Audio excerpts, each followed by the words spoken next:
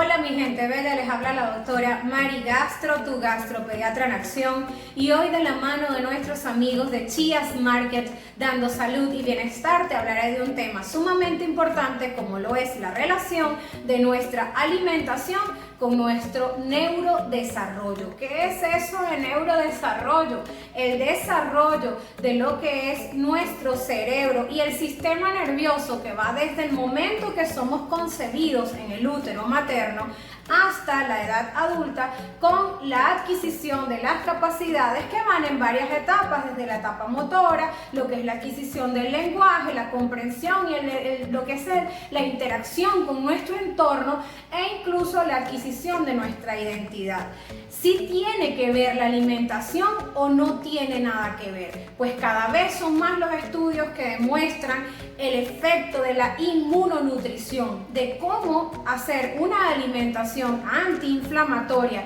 que favorezca a una flora intestinal buena, que impida que aumente la permeabilidad en el intestino, que es lo que hace que pasen sustancias, toxinas, cosas nocivas, incluso alimentos sin digerir, y que generen una reacción inflamatoria inicialmente a nivel de nuestro intestino, que viaja por la circulación hasta la barrera hematoencefálica y es capaz inclusive de atravesarla y tener efectos como por ejemplo el incremento en el índice de los trastornos de espectro autista, en lo que es la hiperactividad que cada vez es mayor en nuestros niños, y problemas a largo plazo como lo es la demencia, el Alzheimer, o sea la demencia senil,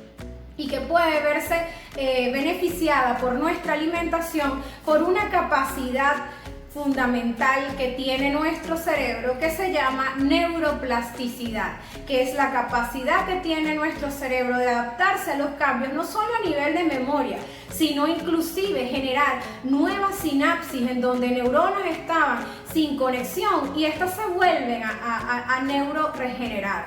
En base a esto hablaremos entonces de algunos alimentos que están relacionados con los trastornos de espectro autista y con el síndrome de hiperactividad, pues todos han oído hablar del gluten. ¿Qué es el gluten? El gluten es un conjunto de proteínas contenidas en cereales como trigo, cebada, centeno, y la avena forma parte de este grupo de cereales porque se contamina realmente con gluten, aunque se han descrito algunas variedades, incluso de quinoa, que se está usando mucho en niños con espectro autista o con alergia al gluten, e inclusive con enfermedad celíaca como una alternativa, y resulta que hay dos variedades de quinoa que pueden contener gluten, por lo que también hay que considerarla dentro de algunos alimentos a ser revisados si tienen o no tienen esta proteína, que es un conjunto de proteínas que tienen una fracción tóxica, la cual es la gliadina, que comparada, por ejemplo, a lo que es el virus del SIDA o a otras macromoléculas que son muy grandes, es sumamente pequeñita y tiene una capacidad de generar inflamación no solamente a nivel del intestino, sino que puede atravesar la barrera de nuestro cerebro, la barrera hematoencefálica, y generar problemas a largo plazo. Entonces, lo primero que debo decir es que ningún alimento debe ser eliminado, excluido de la dieta de un niño o de un adulto sin haber sido estudiado, porque para que esos alimentos pasen y haya un aumento de la permeabilidad del intestino, debemos estudiar cuál es la causa. Una de las causas es las alergias alimentarias, otra causa la enfermedad celíaca, que es genética, en la que no podemos procesar, no toleramos esos alimentos, y 1 de cada 100 personas es celíaca, es decir, es una enfermedad que está subdiagnosticada, pero que puede ser cualquiera de nosotros el que esté afectado por ella, por lo que antes de eliminar estos alimentos debemos acudir a un médico que nos haga las pruebas para determinar si realmente somos o no somos sensibles al gluten, celíacos o alérgicos, que es una de las causas de que aumente esa permeabilidad en el intestino. Normalmente nuestro intestino es permeable, él permite que pasen nutrientes, pero selectivamente nutrientes. Cuando hay paso de alimentos sin digerir, cuando hay paso de sustancias como toxinas bacterianas, esto genera más problemas a nivel de nuestro sistema nervioso y del neurodesarrollo. ¿Por qué no recomiendan al 100% entonces todas las dietas sin gluten y excluir incluso otra más que ya voy a hablar, que es la caseína? Porque lamentablemente son pocos estudios. Voy a mencionar las revisiones que se han hecho, llevan unos metaanálisis, ¿verdad? Y en estos metaanálisis apenas 2 fueron obtenidos en el 2008 para que fuesen significativos como para llegar a conclusiones. Pero como eran pocos pacientes, porque para estudiar, ejemplo, a los niños lleva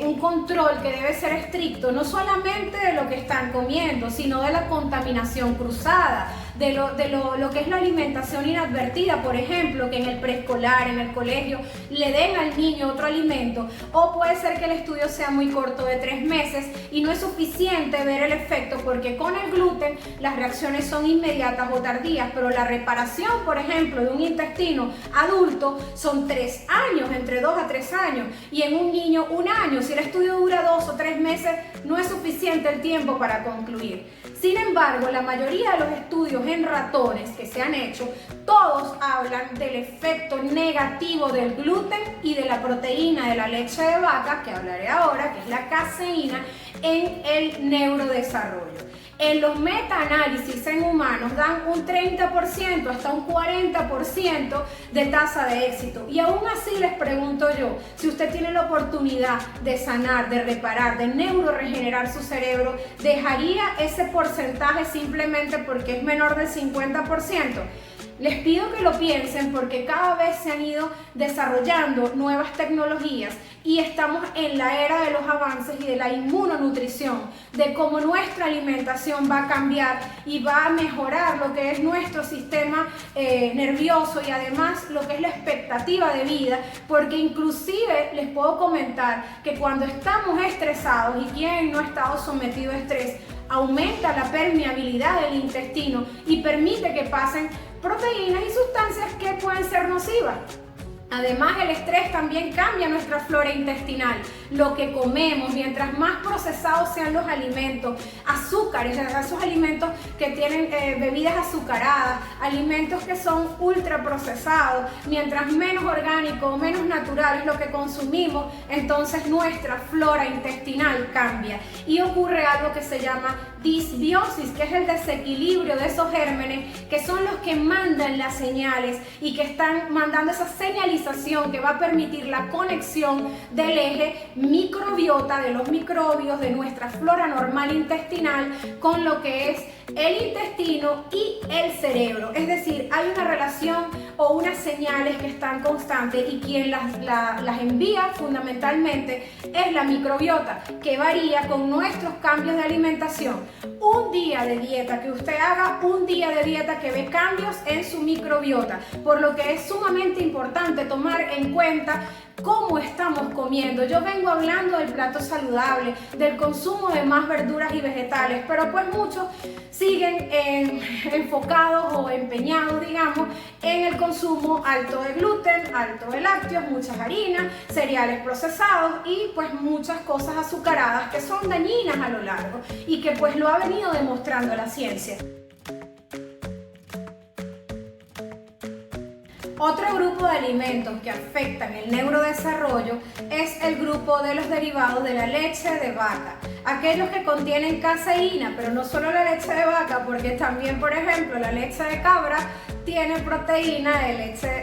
de caseína. Esa caseína en mayor o menor proporción que pueden contener estos alimentos también es una molécula muy grande que genera inflamación, tiene un potencial mucogénico de producir moco, proinflamatorio, es tan grande que no se absorbe al 100% y precipita en nuestro estómago y luego genera inflamación y cambios que pueden afectar, como decía, o pasar por, sobre todo si hay intolerancia o hay alergia a la proteína de la leche, con un intestino permeable, hace que esta proteína, estos restos de péptido que no se digirieron, pasen e inflamen no solamente el intestino, sino otros sistemas de mucosa, como la mucosa respiratoria, a nivel de la piel, y otros efectos que son más allá, como inclusive convulsiones pueden presentarse, y está descrito por la proteína de la leche de vaca, por un efecto de neuropéptidos, péptidos opioides que están presentes